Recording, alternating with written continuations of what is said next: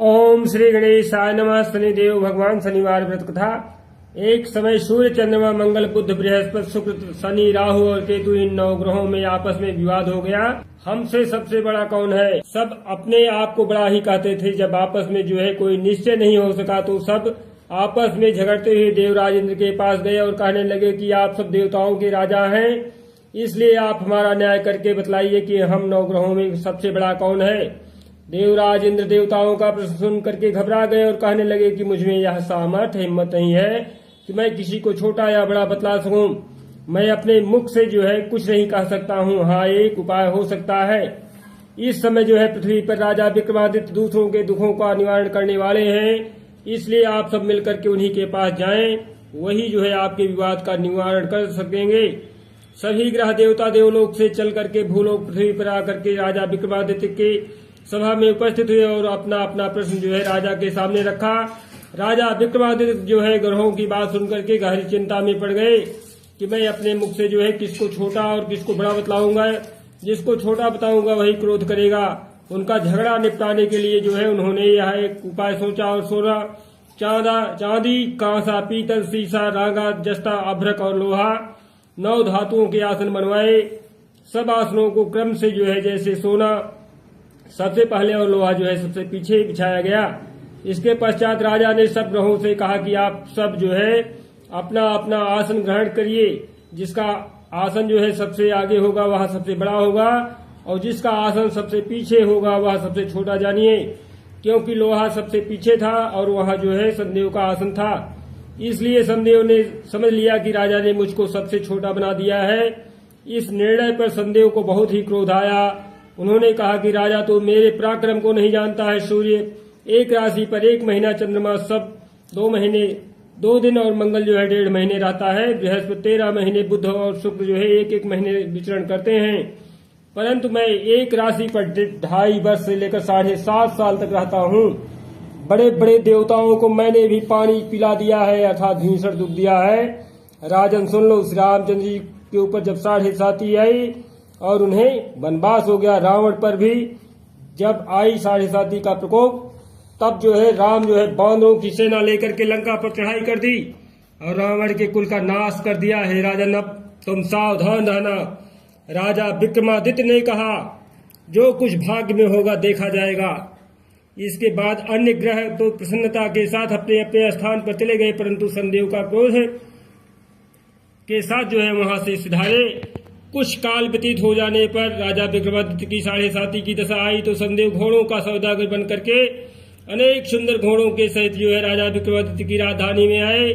जब राजा ने घोड़ों के सौदागर को आने की खबर सुनी तो अपने सुपाल को अच्छे अच्छे घोड़े खरीदने की आज्ञा दी। या सुपाल अर्थात घोड़े का रक्षक है, ऐसी अच्छी नस्ल के घोड़े को देख करके और उसका मूल्य सुनकर चकित हो गया और तुरंत ही राजा को खबर दी कि राजा विक्रमादित्य उन घोड़ों को देख करके हैरान रह गए, चकित रह गए, दंग रह गए। अच्छा घोड़ा चुन करके सवारी के लिए उस पर चढ़े। राजा की पीठ पर चढ़ते ही घोड़ा तेजी से भागा और घोड़ा बहुत दूर घने जंगल में जाकर के राजा को छोड़ करके अंतर ध्यान हो गया। इसके बाद राजा विक्रमादित्य अकेला जंगल में भटकता रहा। भूख और प्यास से दुखी राजा ने भटकते भटकते एक ग्वाले को देखा। ग्वाले ने राजा को प्यास से व्याकुल देख करके पानी पिलाया। राजा की अंगुली में एक अंगूठी थी, वह अंगूठी उसने निकालकर प्रसन्नता के साथ ग्वाले को दे दी और स्वयं शहर की ओर चल दिए। राजा शहर में जाकर के एक सेठ की दुकान पर जाकर बैठ गया और अपने आप को उज्जैन का रहने वाला तथा अपना नाम बीका बतलाया। सेठ ने उसको एक कुलीन मनुष्य समझ करके जल दिया, पानी पिलाया, कुछ खिलाया पिलाया। भाग्यवश उस दिन सेठ की दुकान पर बहुत अधिक बिक्री हुई। तब सेठ उसको भाग्यवान पुरुष समझ करके भोजन कराने के लिए अपने साथ अपने घर ले आया। भोजन करते समय राजा विक्रमादित्य ने एक आश्चर्यजनक घटना देखी। जिस खूंटी पर हार लटका था वह खूंटी उस हार को निकल रही थी। भोजन के पश्चात जब सेठ कमरे में आया तो उसे कमरे में हार नहीं मिला। उसने वह निश्चय किया कि सिवाय बीका के और कोई इस कमरे में नहीं आया था, अतः अवश्य ही उसी ने हार चोरी किया है। परंतु बीका का मतलब है विक्रमादित्य ने हार लेने से इनकार कर दिया। इस पर 5-7 आदमी उसको पकड़ करके नगर के फौजदार के पास ले गए और फौजदार ने उसको जो है राजा के सामने उपस्थित कर दिया और कहा कि आदमी भला प्रतीत होता है, चोर मालूम नहीं होता है, परंतु सेठ का कहना है कि इसके सिवाय और कोई घर में आया ही नहीं था, इसलिए अवश्य ही इसी ने चोरी की है।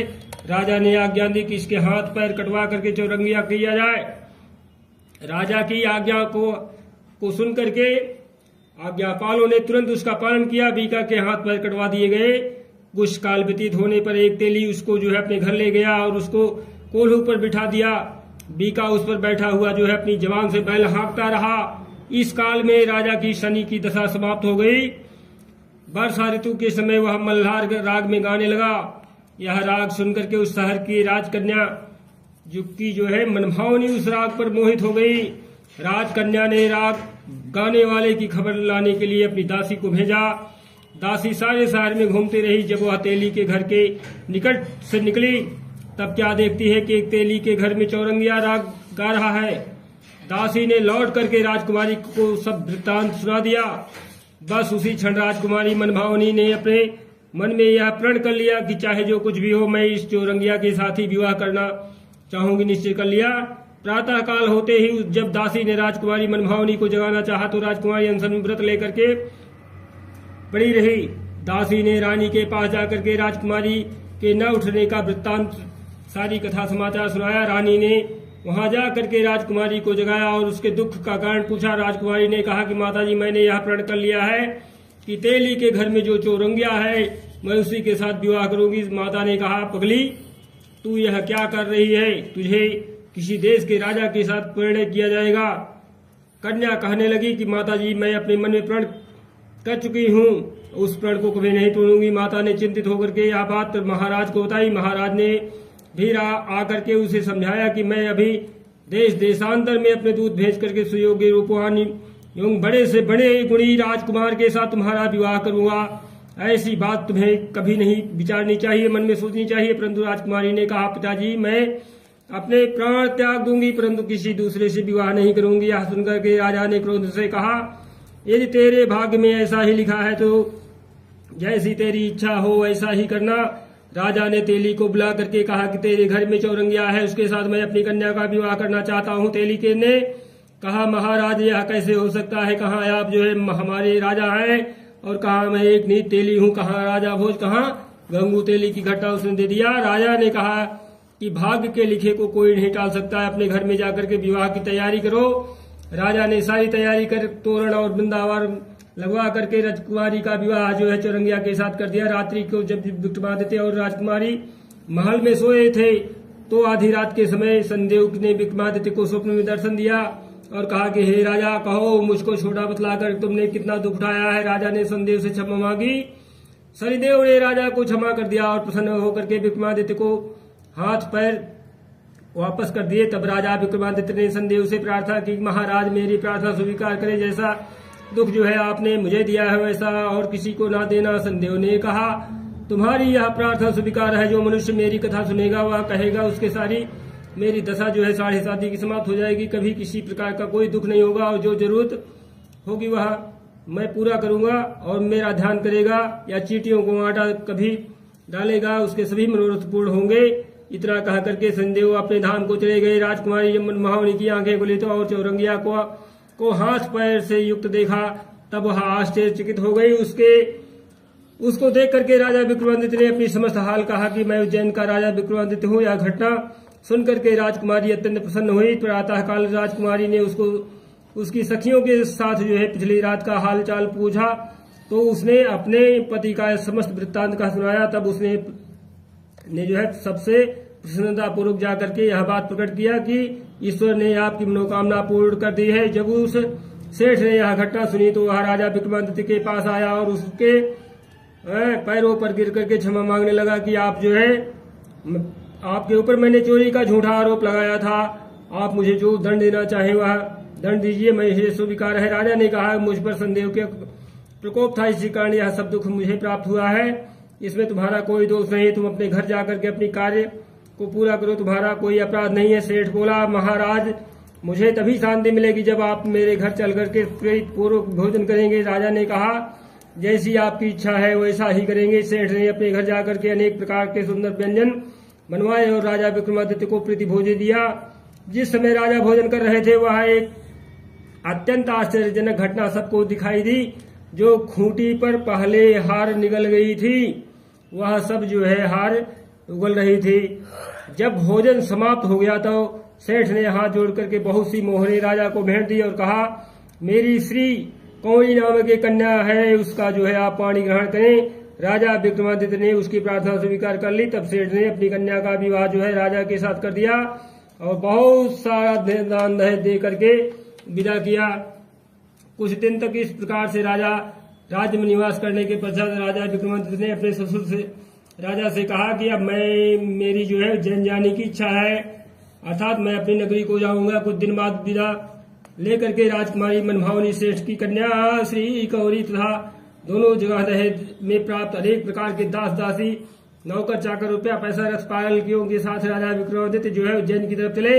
जब वह शहर के निकट पहुंचे और पूर्ववासियों ने राजा को आने का संवाद सुना तो उज्जैन की समस्त प्रजा जो है ग्वानी के लिए आई। प्रसन्नता से जो है राजा अपने महल में पधारे। सारे नगर में भारी उत्सव मनाया गया और रात्रि को दीपमाला की गई। दूसरे दिन राजा ने अपने पूरे राज्य में घोषणा करवाई कि संदेवता सब ग्रहों में सर्वोपरि है, मैंने इनको छोटा बतलाया है, इसी से मुझको यह दुख प्राप्त हुआ है। इस प्रकार सारे राज्य में संदेव की पूजा और कथा होने लगी। राजा और प्रजा अनेक प्रकार के सुख भोगती रही। जो कोई संदेव भगवान की इस कथा को पढ़ता है या सुनाता है, संदेव की कृपा से उसके सब दुख दूर हो जाते हैं। व्रत के दिन जो है संदेव की कथा का पाठ अवश्य करना चाहिए। ओम शांति ओम शांति ओम शांति। श्री संदेव जी की आरती। जय जय शनिदेव महाराजा, जन के संकट हरने वाले, तुम शौर्य पौत्र बलधारी, भय मानत दुनिया सारी जी। साधत हो दुर्लभ काज, तुम धर्म राज के भाई, जम क्रूरता पाई जी, गन गर्जन करते आवाज, तुम नील देव विकरारी जी, मानत है दुनिया सारी जी। भैंसा पर करत सवारी जी, कर लोहा गदा रहे साज, तुम विभूति रंग बनाओ जी, निर्धन सिर छत्र धराओ जी। समर्थ हो करन मम काज, राजा को राज मिटाओ जी। जिन भगतों पर फेर दिवायो जी, जग में हो गई जय जयकार। तुम हो स्वामी हर चरणन सिर करत नमामि जी, पूर्वो जन जन की आस, यह पूजा देव तिहारी जी। जय जय श्री शनिदेव महाराज। हम करत दीन भाव ते प्यारी जी, अंगीकृत करो कृपाल जी। प्रभु सुधि दृश निहारो जी, क्षमिए अपराध हमारो जी। है हाथ तिहारे ही लाज, हम बहुत विपत्ति घबराए जी। शरणागति तुम्हारी आए जी, प्रभु सिद्ध करो सब काज। यह विनय कर जोर कर भक्तों सुनाओ जी, तुम देवन के सिरताज। जय जय श्री शनिदेव प्रभु, करिए मन की याद। जय श्री शनिदेव भगवान की।